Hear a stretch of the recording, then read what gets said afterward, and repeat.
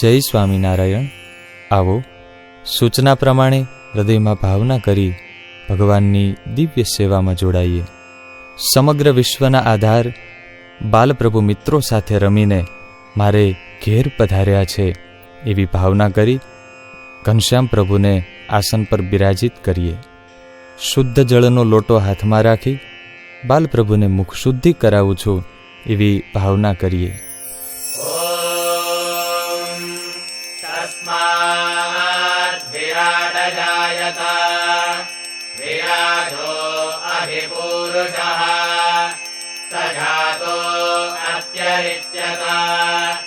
पश्चाद्भूमिमथो पुरः ॐ सर्वलोकमहेश्वराय श्री स्वामिनारायणाय नमः. आचमनीयं समर्पयामि.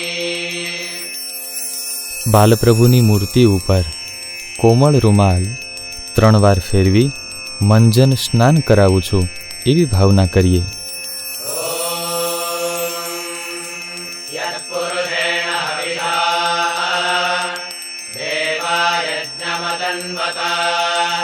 वदन्तो अस्यासीदाज्यम् ग्रीष्म इद्भः शरद्धविः.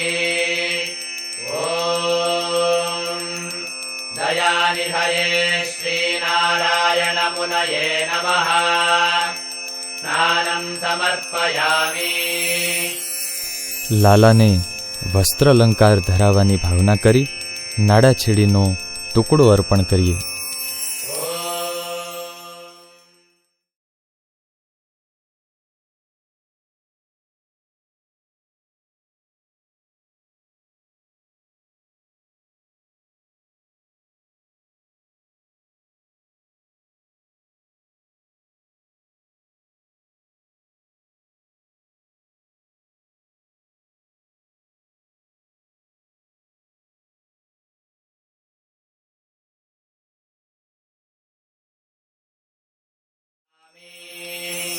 બાલપ્રભુને કપાળમાં કુમકુમનો ચાંદલો કરી ચોખા ચોળી મોતી કે ફૂલની માળા ધરાવી બંને હાથે ઓવારણા મીઠડા લઈએ.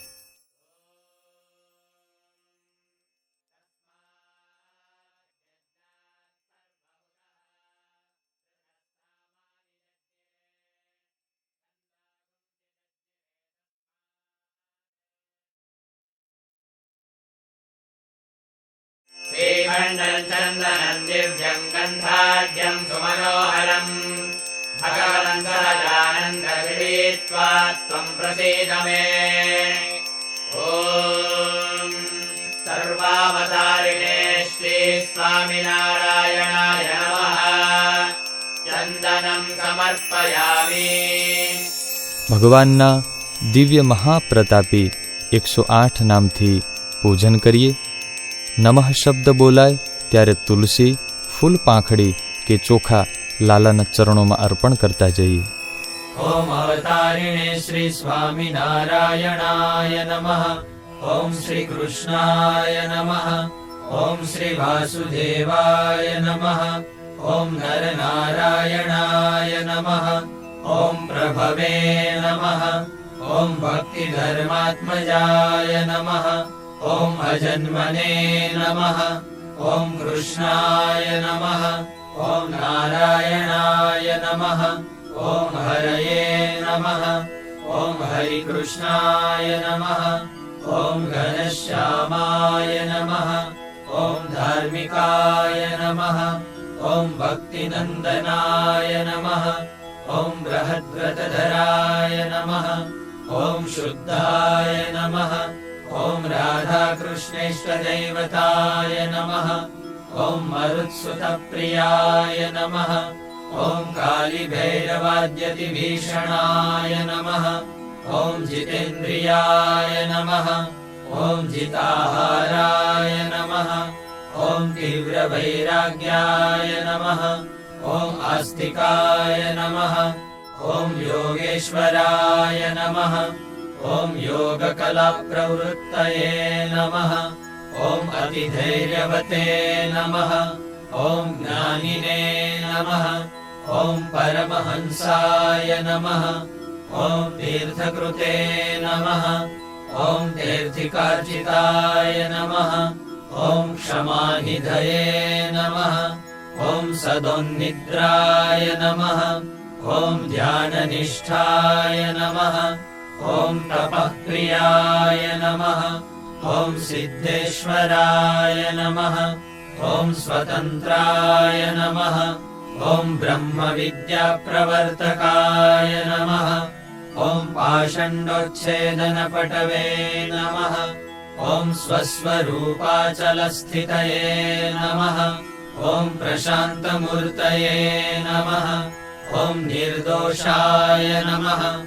ॐ असुरगुर्वादिमोहनाय नमः। ॐ अतिकारुण्यनयनाय नमः। ॐ उद्धवाध्वप्रवर्तकाय नमः। ॐ महाव्रताय नमः। ॐ साधुशीलाय नमः। ॐ साधुविप्रपूजकाय नमः। ॐ अहिंसयज्ञप्रस्तोत्रे नमः। ॐ साकारब्रह्मवर्णनाय नमः। ॐ स्वामिनारायणाय नमः। ॐ स्वामिने नमः। ॐ कालदोषनिवारकाय नमः। ॐ सच्छास्त्रव्यसनाय नमः। ॐ सद्यः समाधिस्थितिकारकाय नमः। ॐ कृष्णार्चास्थापनकराय नमः। ॐ कौलद्विषे नमः। ॐ कलितारकाय नमः। ॐ प्रकाशरूपाय नमः। ॐ निर्दम्भाय नमः। ॐ सर्वजीवहितावहाय नमः। ॐ भक्तिसम्पोषकाय नमः। ॐ वाग्मिने नमः। ॐ चतुर्वर्गफलप्रदाय नमः। ॐ निर्मत्सराय नमः। ॐ भक्तवर्मणे नमः। ॐ बुद्धिदात्रे नमः। ॐ अतिपावनाय नमः। ॐ अबुद्धिहृते नमः। ॐ ब्रह्मधामदर्शकाय नमः। ॐ अपराजिताय नमः। ॐ आसमुद्रान्तसत्कीर्तये नमः। ॐ श्रितसंस्कृतिमोचनाय नमः। ॐ उदाराय नमः। ॐ सहजानन्दाय नमः। ॐ साध्वीधर्मप्रवर्तकाय नमः। ॐ कन्दर्पदर्पदलनाय नमः। ॐ वैष्णवक्रतुकारकाय नमः। ॐ पञ्चायतनसन्मानाय नमः। ॐ नैष्ठिकव्रतपोषकाय नमः। ॐ प्रगल्भाय नमः। ॐ निःस्पृहाय नमः। ॐ सत्यप्रतिज्ञाय नमः। ॐ भक्तवत्सलाय नमः। ॐ अरोषणाय नमः। ॐ दीर्घदर्शिने नमः। ॐ षडुर्मिविजयक्षमाय नमः। ॐ निरहङ्कृतये नमः। ॐ अद्रोहाय नमः। ॐ ऋजवे नमः। ॐ सर्वोपकारकाय नमः। ॐ नियामकाय नमः। ॐ उपशमस्थितये नमः। ॐ विनयवते नमः। ॐ गुरवे नमः। ॐ अजातवैरिणे नमः। ॐ निर्लोभाय नमः। ॐ महापुरुषाय नमः। ॐ आत्मदाय नमः। ॐ अखण्डितार्षमर्यादाय नमः। ॐ व्याससिद्धान्तबोधकाय नमः। ॐ मनोनिग्रहयुक्तिज्ञाय नमः। ॐ यमदूतविमोचकाय नमः। ॐ पूर्णकामाय नमः। ॐ सत्यवादिने नमः। ॐ गुणग्राहिणे नमः। ॐ गतस्मयाय नमः। ॐ सदाचारप्रियतराय नमः। ॐ पुण्यश्रवणकीर्तनाय नमः। ॐ सर्वमङ्गलसद्रूपनानागुणविचेष्टिताय नमः। ॐ अवतारिणे श्रीस्वामिनारायणाय नमः। સ્વાદિષ્ટ મધુરો બાલ ભોગ ઘનશ્યામ લાલાને જમાડું છું એવી ભાવના કરી દૂધ, માખણ મિશ્રી અથવા મિષ્ટાન્નનો થાળ પ્રભુને અર્પણ કરીએ. શ્રી ઘનશ્યામ મનોહર મુજને પ્રાણ થકી છો પ્યારા રે. જમો જમો ને ભોજન બહુ ભાતે જુગતે જીવન મારા રે. શ્રી ઘનશ્યામ મનોહર મુજને પ્રાણ થકી છો પ્યારા રે.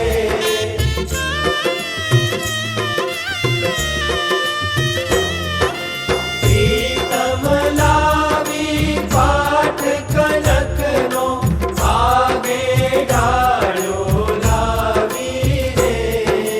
પાક શાક પકવાને પૂરી થાળ ધર્યો છે લાવી રે.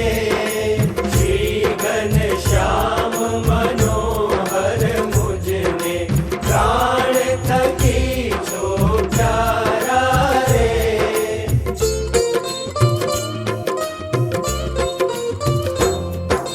દળિયા તળિયા ગમતા ભોજન ધ્રુત ખાંડ સુખકારી રે.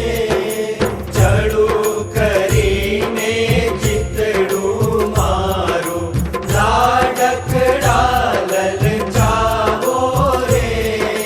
શ્રી ઘનશ્યામ મનોહર મુજને પ્રાણ થકી છો પ્યારા રે.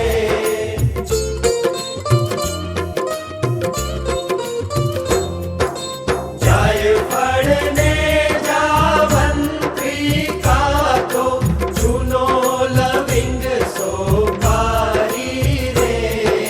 પૂર્ણાનંદ કહે પાન બીડી ધમ અર્થે સુધારી રે.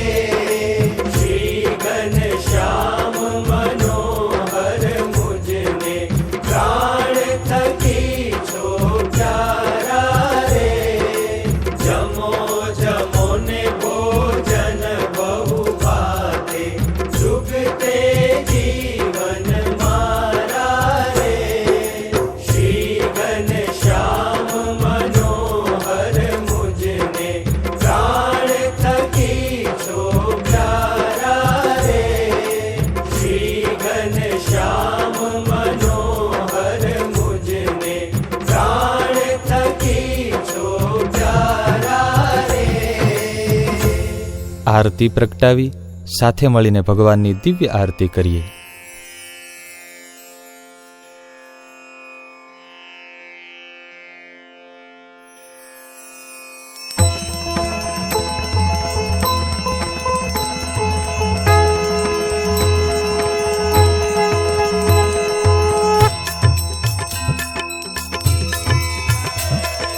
જય સદગુરુ સ્વામી પ્રભુ જય સદગુરુ સ્વામી.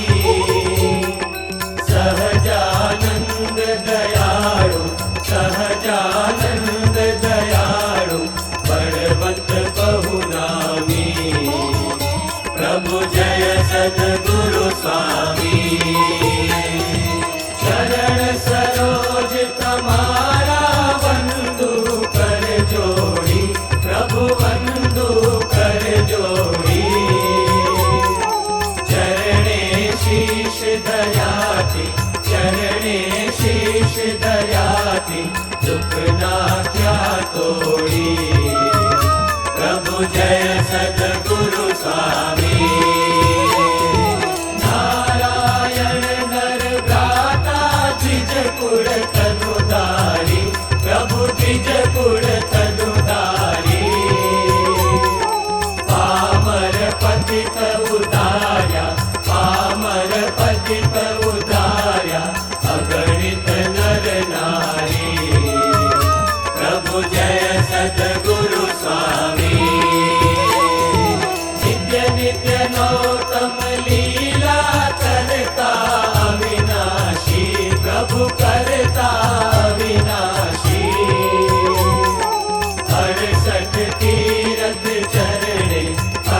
तीरथ तीरथ चरणे कोटि गया काशी। प्रभु जय सद्गुरु स्वामी। पुरुषोत्तम प्रगट नु जे दर्शन करशे। प्रभु जे दर्शन करशे।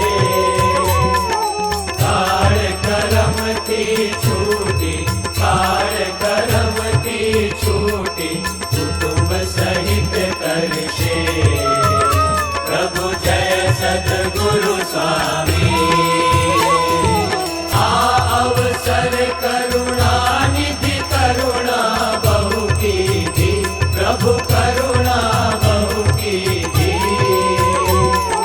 मुक्तानंद कहे मुक्ति, मुक्तानंद कहे मुक्ति, सुगम करी सिद्धि। प्रभु जय सद्गुरु स्वामी। जय सद्गुरु स्वामी। प्रभु जय सद्गुरु स्वामी। सहजानंद दयाळु, सहजानंद दयाळु, बलवंत बहुनावी। प्रभु जय सद्गुरु स्वामी।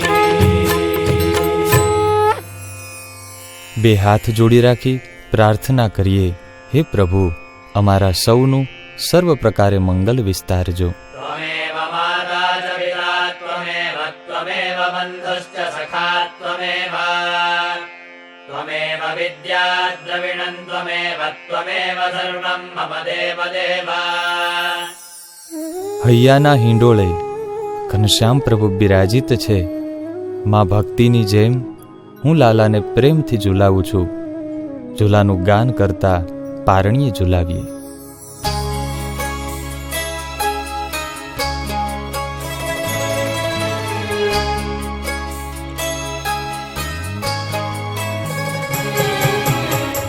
झूलावू प्यारा हिंडोड़े, झूलावू प्यारा, झूलावू प्यारा हिंडोड़े, झूलावू प्यारा, झूलावू हरिवर, झूलावू हरिवर, झूलावू हरिवर, झूलावू हरिवर, झूलावू प्यारा हिंडोड़े, झूलावू प्यारा।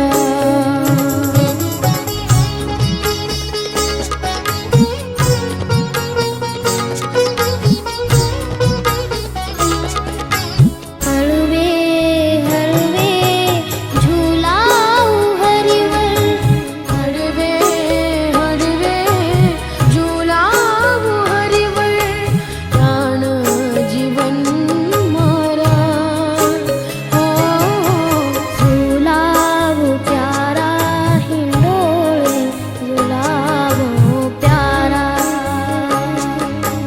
झूलावू प्यारा हिंडोळे, झूलावू प्यारा, झूलावू प्यारा हिंडोळे, झूलावू प्यारा। इति श्री परब्रह्मपुरुषोत्तमस्य भगवतः श्रीहरेः चैत्रमासे दिव्यप्रागट्यनिमित्ते आयोजित ब्रह्ममहोत्सवनिमित्ते दोलामध्ये विराजितस्य बालप्रभोः दिव्यपूजनं समाप्तम्. અંતમાં રાજકોટ ગુરુકુલની શાખા સુરત ગુરુકુલ આયોજિત બ્રહ્મ મહોત્સવ નિમિત્તે આપના પરિવારમાં ભગવાન સુખ શાંતિ સત્સંગ ભક્તિની અભિવૃદ્ધિ કરે એવા ગુરુવર્ય શ્રી દેવકૃષ્ણદાસજી સ્વામીના આશીર્વાદ સહ સુરત ગુરુકુલથી પૂજ્ય ધર્મવલ્લભદાસજી સ્વામી અને સર્વે સંતોના આપ સૌ પરિવારજનોને ખૂબ ભાવથી જય સ્વામિનારાયણ. सहजानंद स्वामी महाराजनी जय। हरि कृष्ण महाराजनी जय। स्वामीनारायण भगवाननी जय। हमारे चैनल सूरत गुरुकुल को सब्सक्राइब करना ना भूले और बेल आइकन पे क्लिक करें